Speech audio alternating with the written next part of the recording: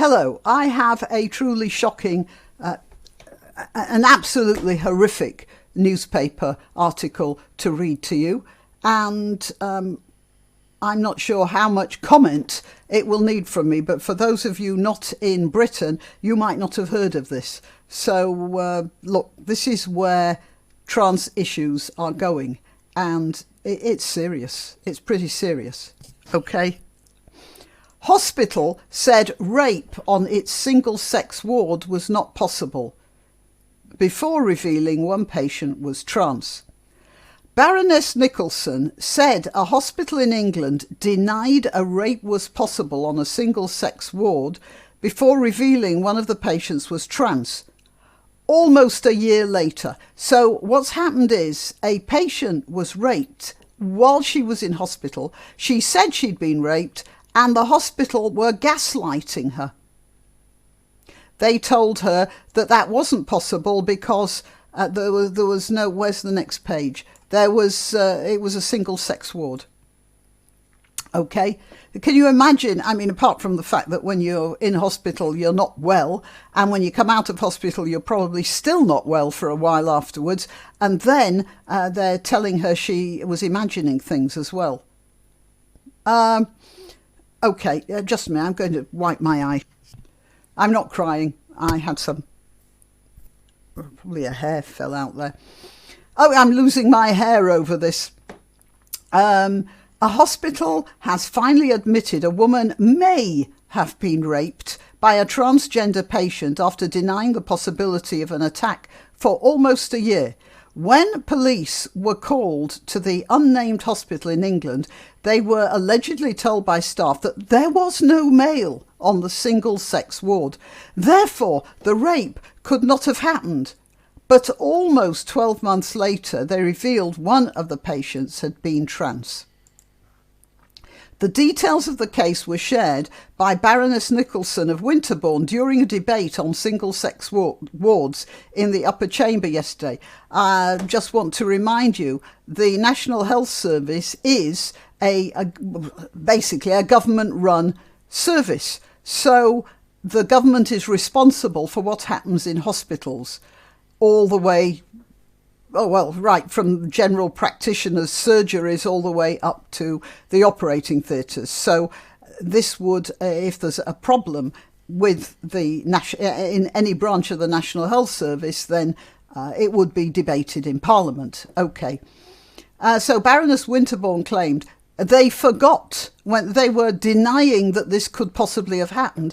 But Baroness Winterbourne, they forgot there was CCTV, nurses and observers. Now, the fact she mentions nurses there is a bit strange because nurses were getting instructions. I'll get to that in this article. Nonetheless, it has taken nearly a year for the hospital to agree that there was a male on the ward and yes, this rape happened. Well, maybe it happened, according to earlier wording here. During that year, she has almost come to the edge of a nervous breakdown because being disbelieved about being raped in hospital has been such an appalling shock. I'll say, okay. Baroness Nicholson, pictured, well, maybe I'll get up a picture of her, said current NHS policy on single-sex wards gives priority to trans people over women. And yes, this isn't the only place where trans people are given priority over women. There's been a swimming competition recently. Some of you may have heard of this. A woman, I think Leah Thomas. I mean, I think she's meant to be pronounced Leah, but I pronounce her Leah. Who, I'll show a photo of Leah because there's a nice photo of him. Just look at the shoulders on that girl. All right, well, let's get back to this hospital. Did I mention? Yeah, Leah Thomas won. I think the name's Thomas. If it isn't, I'll put a thing up there to correct myself. Of course she won. And as a matter of fact, there's a nice photograph of her getting her first prize, or him getting her first prize rather, and then the 3 other women who should have got first, second and third are all standing together.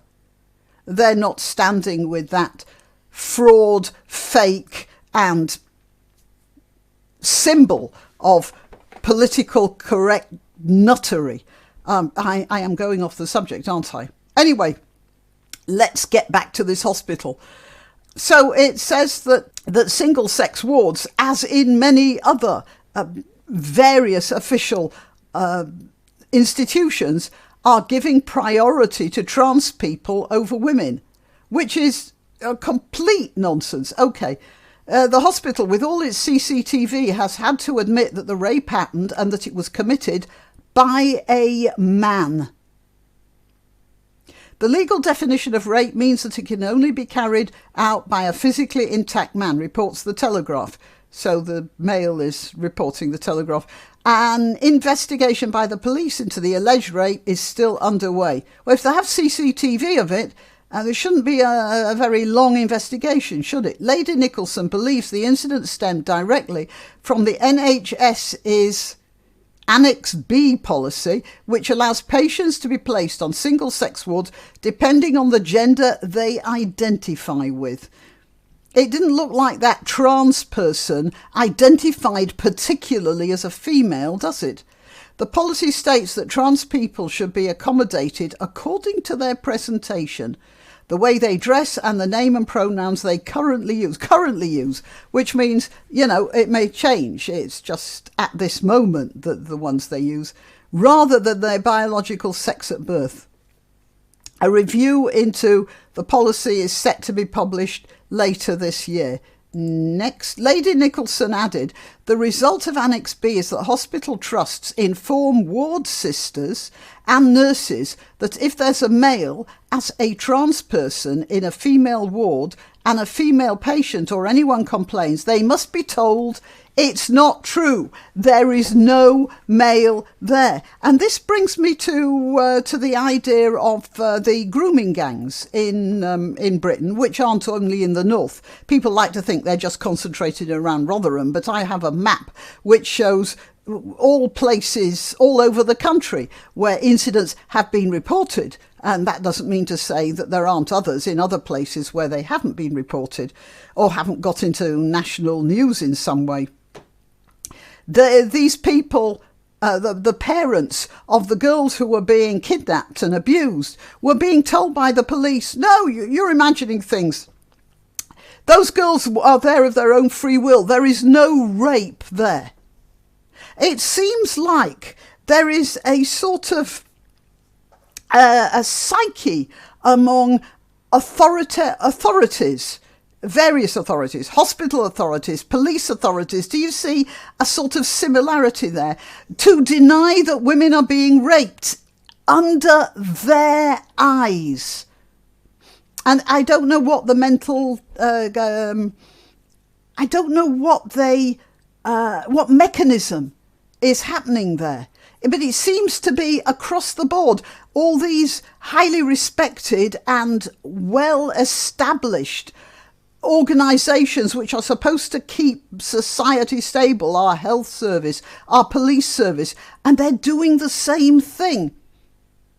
It's odd that, isn't it? And one wonders why.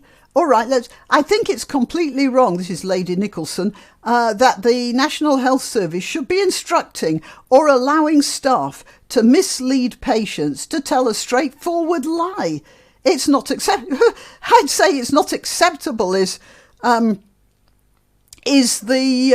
very least you could say about that.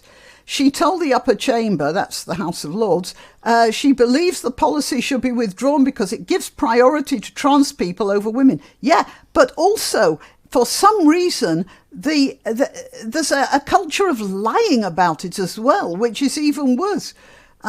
And therefore threatens the dignity, privacy and safety of female patients. Lady Nicholson's previous amendment to the Health and Care Bill, calling for patients to be put on wards according to their birth sex, was rejected by peers. So Lady Nicholson said this earlier on, and they told her to go, go get stuffed. She told the House of Lords yesterday that the policy undermines the provision of single-sex wards, which were voted on by Parliament, and undermines protections for women that took at least 50 years to come through. And the next bit, NHS policy states that trans people should be accommodated according to their presentation. I respectfully differ. No, not even respectfully. Right, the former Tory party vice chair added Parliament has been ignored and bypassed, and surreptitiously something far-reaching has been brought in that affects all families, all faiths, all identities and all levels of society. In place of sex-based rights, we're giving priority rights to one special section of society. Yeah, and it's a very small section as well. And, talking about Orwellian ideas of language, the word trans used to refer to usually men who became women and went through all the horrible processes, not only the psychological testings, but the operations and the medical interventions which they have to carry on for the rest of their lives. That used to be transgender people. And they are, in my opinion, except for in some cases like sports, for instance, where their masculine frame would still give them an unfair advantage. In any social situation, they should be accepted as women because they've gone through enough pain and suffering to warrant that. But unfortunately, what's happened now is that trans has also been expanded to include men, fully functioning men who wear skirts and clownish makeup. And that is a way of stopping us from being able to separate the good guys from the total nutters. There should be two separate categories. But I see at the moment, there's no language to deal with that. Okay, right. She went on to say she had not witnessed such filleting of legislation anywhere before in Britain and claimed it was cheating the public. Well, yes, but I go back to those grooming gangs. It might have started before, but it certainly started large scale there. These things never just happen in one go. They creep up on you. Lord Etherton, QC, disagreed with Lady Nicholson, saying he believed the current policy to be entirely appropriate and consistent with the anti-discrimination law in the Equality Act. It comes after some women's groups... Sorry, I lost the page. It comes after some women's groups, including Fair Play for Women, Women's Place UK and Sex Matters, have all written to Sajid Javid and Baroness Nicholson demanding the review into the Annex B policy be cancelled. The review is part of NHS England's process, which makes sure its guidance is correct and up to date and looks to see if there's any way to improve it. I'd say there's plenty of way to improve it. Lord Etherton, okay, it says he disagreed. But some women's groups claim they were excluded while accusing the review of being open to bias, as one of the leading doctors involved is reportedly an LGBT advisor. An NHS spokesperson said on Wednesday the review, which is currently ongoing, is being led by England's Chief Nursing Officer Ruth May. The engagement phase of the review closed this week with a wide range of groups involved, and every organisation or individual who requested a meeting as part of this process was offered one. So the thing I find more shocking than anything else is that the hospital was not only lying, but it was instructing its nurses to lie to the patients. You can't run a health service when people are lying. I just read the article. What more can I say? Right, that's it. No words. I am Grannyopteryx. I am on YouTube, Rumble, BitChute and Minds. I upload videos and then let you know about them using my social media accounts at Grannyopteryx on Twitter, Gab and Parler.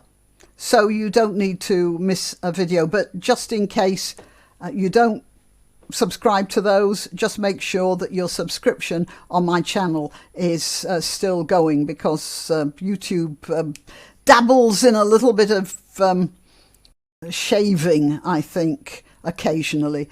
Okay, well, remember to like, as I said, check the subscription and share the video. Until next time. Why not treat yourself or a favoured relative or friend to these magnificent examples of merch? The mugs and t-shirts come in the Grannyopteryx design or Granbo with a firearm or the more deadly knitting needles. Go to www.grannyopteryx.com and whatever platform you're watching this on, please click like, subscribe and share, share, share.